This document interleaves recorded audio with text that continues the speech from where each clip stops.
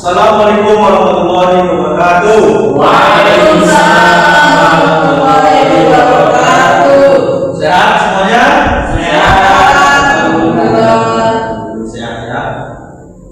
Pertemuan kali ini kita akan membahas administrasi penerimaan perkara.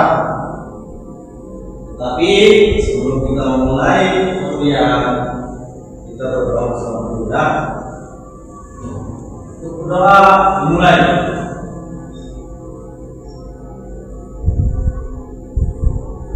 Doa selesai. Alhamdulillah, luar biasa. Allahu Akbar. Yes. Yani, Alhamdulillah. terus Pak Makmur, hadir. Terus tadi siapa yang baru hadir? Siapa namanya?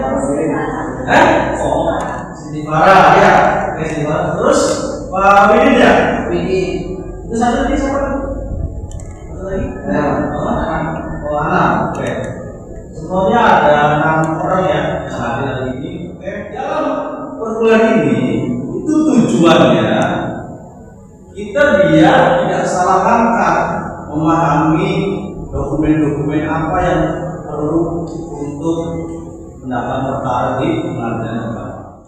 Tujuan pembelajaran yang mana menganalisis alur pendaftaran mahasiswa mampu menguraikan urutan dan jalannya proses pendaftaran perkara secara manual dari awal dokumen masuk hingga di proses lebih lanjut. Selanjutnya menghitung atau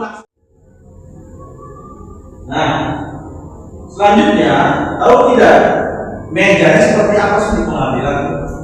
Kan banyak tuh, ada 1, 2, 3. Kita harus mengalami PTSP di meja 1 pendaftar ya, yang mana gerbang pertama mencari keadilan adalah sistem integrasi pelayanan guna mewujudkan proses yang cepat, transparan, akuntabel, dan bebas pungli. Semuanya jelas ya, transparan dan jelas. Dari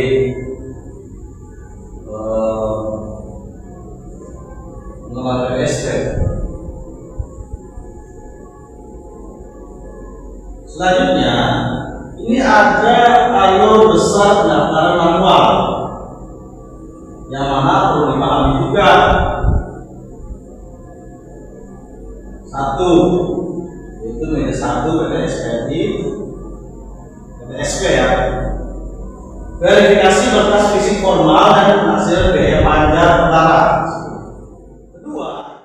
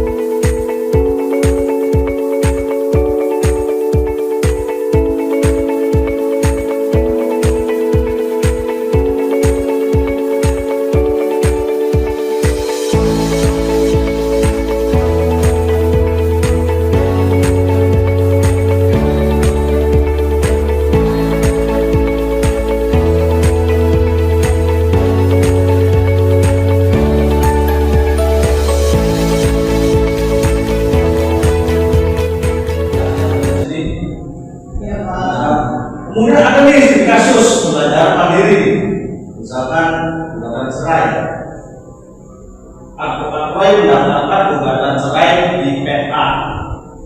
sumber ya, menggugat berdomisili di kota sumber radio 1. Kenapa? Karena masih dalam lingkup sekitar pengadilan.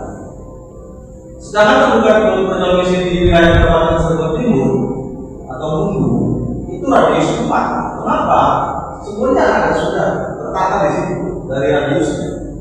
Jadi mengapa petugas desa itu harus mengasih pada dia?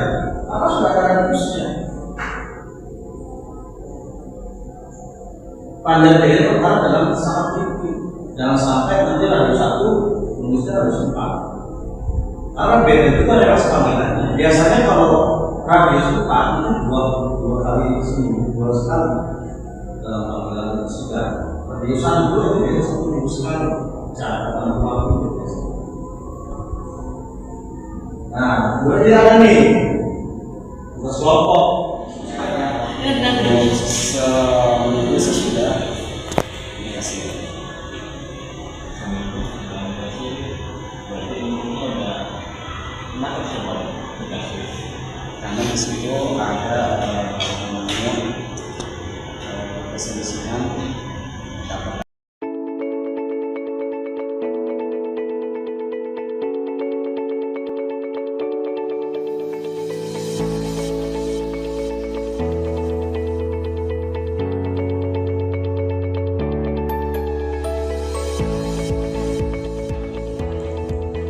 Silakan untuk kelompok 1 kami persilakan untuk presentasi. Karena jurus kita itu memerlukan akomodasi Pak dan biaya transportasi yang lebih besar untuk memanggil tergugat yang berada di zona radius 4 atau kalau lebih jauh ya. Jadi kalau itu biaya panggilannya itu per 1 kali jalan panggilan Bapak. Kalau radius 1 kan lebih dekatnya. Kalau itu kan jauh itu tidak ada di Cirebon Timur. Jadi lebih mahal biayanya. Ya, itu aja mungkin jawabannya. Oke, selanjutnya untuk kelompok 2, silakan siapa yang mewakili? Baik, terima kasih Pak dosen. Mungkin sedikit jawabannya jika panjang itu habis, PJ Kasir akan mengeluarkan SKUN tambahan. Konsekuensinya jika penggugat tidak segera menambah panjang biaya tersebut dalam jangka waktu yang ditentukan, hakim dapat menjatuhkan keputusan bahwa gugatan tidak dapat diterima atau DNO karena perkara tidak bisa dijalankan tanpa biaya sidang. Oke, apakah tanggapan dari kelompok mana? Oke, bagus Pak. Oke, terima kasih ya untuk presentasi luar biasa. Langsung paham. Apakah nanti setelah putusan itu akan dikenakan biaya tambahan lagi atau tidak? Nah, bagus sekali pertanyaannya.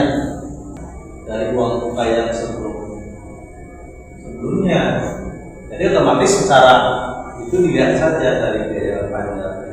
Kalau ada lebih dikeluarkan, kalau misalnya kurang nanti bisa ditambahkan secara langsung. Kurangannya berapa? Saling menutupi.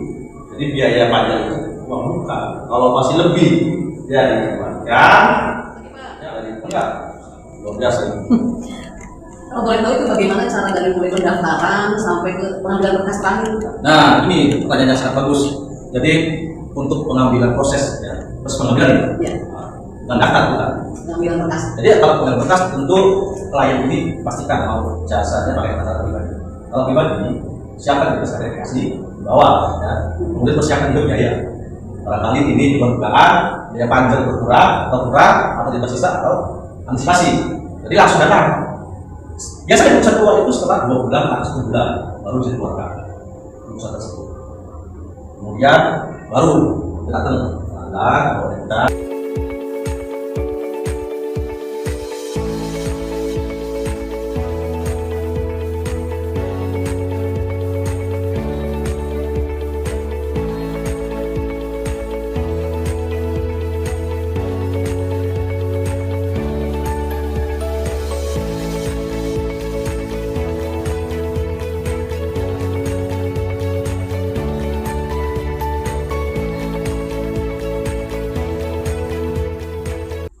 Yang pertama itu pintu gerbang keadilan PT1 PPSP adalah tahapan paling awal dan krusial dalam hukum cara formil.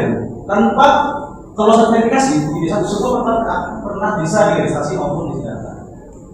Kemudian verifikasi bersifat formil, tugas utama tugas PT1 adalah memastikan penetapan berkas secara administratif, baik seperti surat, gugatan, surat khusus, KTA dan bahasa kotak.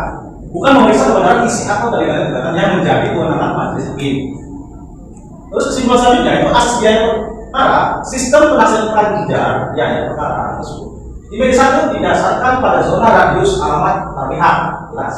Yang lainnya adalah tadi semoga adanya dalam jangan maksimal supaya lebih ramai ya. Oke, sekian terima kasih. Kita akhiri perkuliahan hari ini mengucap alhamdulillah. Nah, sebelum akhiri tersebut kita berdoa bersama. Mari kita berdoa untuk semoga bertahan perkuliahan ini mendapatkan ilmu yang bermanfaat dan berkah, artinya bisa dipahami terus teringat. Baik, mari kita berdoa mulai. Doa selesai. Oke, terima kasih. Wassalamualaikum warahmatullahi wabarakatuh. Waalaikumsalam.